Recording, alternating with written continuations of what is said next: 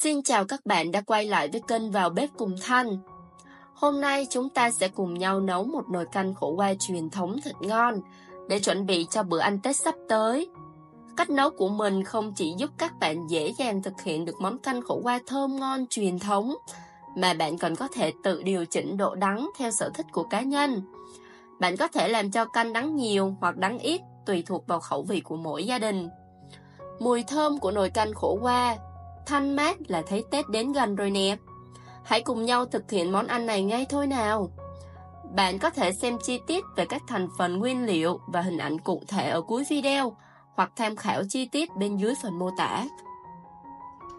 Đầu tiên thì mình cắt hành tỏi cho vào cối để xay nhuyễn ha.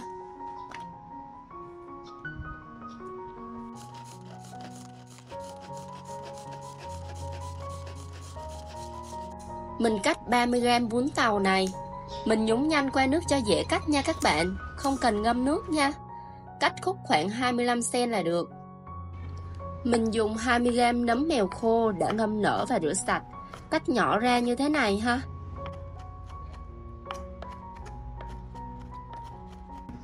Còn phần hành lá thì mình cắt khúc hoặc là cắt nhỏ cũng được, tùy ý nha các bạn. Để hầm 1 kg khổ qua thì lượng nhân là 500g là được. Lượng thịt sẽ bằng phân nửa lượng khổ qua, cứ như vậy các bạn nhân lên nha. Cho vào thố 300g thịt, thêm vào 200g cá thác lát. Mình ướp vào đây hành tỏi xay, cho nấm mèo và bún tàu vào luôn.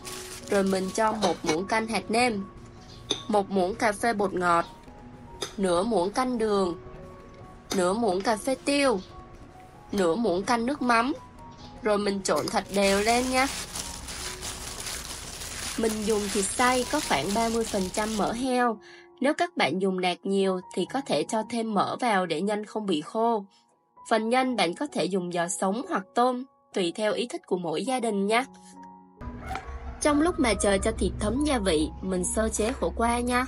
Ở đây mình có 1 kg khổ qua, mình cắt đôi ra như thế này. Rồi bạn dùng cái cán muỗng mỏng thôi nha, để lấy phần ruột ra. Cạo kỹ phần trắng bên trong để giảm độ đắng hơn ha. Bây giờ mình rửa sạch và trụng khổ qua nha. Khi nước sôi thì mình cho khổ qua vào trụng sơ. Mình đảo nhẹ trong 1 phút là được. Sau đó vớt ra rổ. Nhớ úp xuống như vậy cho ráo nước nha.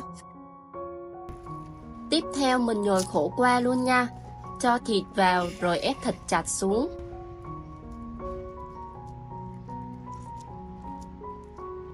Xong rồi mình thoa một ít nước mắm lên là được.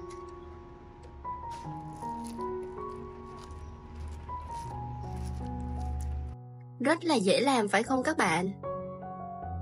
Bây giờ mình đi hầm ổ qua nha. Cho vào nồi 2 lít nước.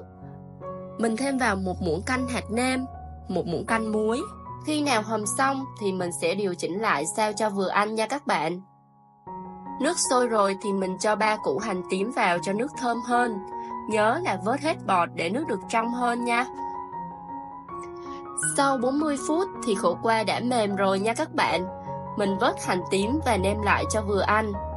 Mình thêm vào 1 muỗng canh đường, khuấy đều lên và thử lại. Mình thấy đã vừa ăn rồi nè. Tuy nhiên các bạn có thể nêm nếm theo khẩu vị của gia đình mình nha. Rồi mình cho hành lá vào và múc ra tô. Các bạn lưu ý, khi muốn khổ qua bớt đắng thì mình hầm lâu hơn nha. Khi khổ qua mềm thì sẽ bớt đắng hơn là khổ qua cứng.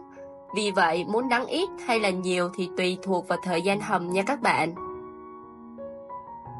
Mình cho vào tô một ít tiêu để thơm hơn. Rất dễ phải không nào? Mời các bạn thử nước canh nha. Canh khổ qua mềm, có vị vừa ăn, không quá đắng. Phần nhân bên trong săn chắc mà lại không bị khô. Vị ngọt từ thịt và cá, cùng vị giòn của nấm mèo và bún tàu, tạo nên một bữa ăn hấp dẫn. Để bảo quản, sau khi hầm xong, đợi canh nguội và cho vào ngăn mát tủ lạnh. Khi ăn, chỉ cần múc ra và đặt trong lò vi sóng khoảng 2 đến 3 phút, canh lại ngon như mới. Chúc các bạn có một nồi khổ qua hầm truyền thống thật ngon để thưởng thức cùng gia đình trong dịp Tết này. Cảm ơn các bạn đã xem hết video. Nếu thấy hữu ích, đừng quên chia sẻ, like và đăng ký kênh để theo dõi những món ăn mới từ mình. Hẹn gặp lại các bạn trong video tiếp theo.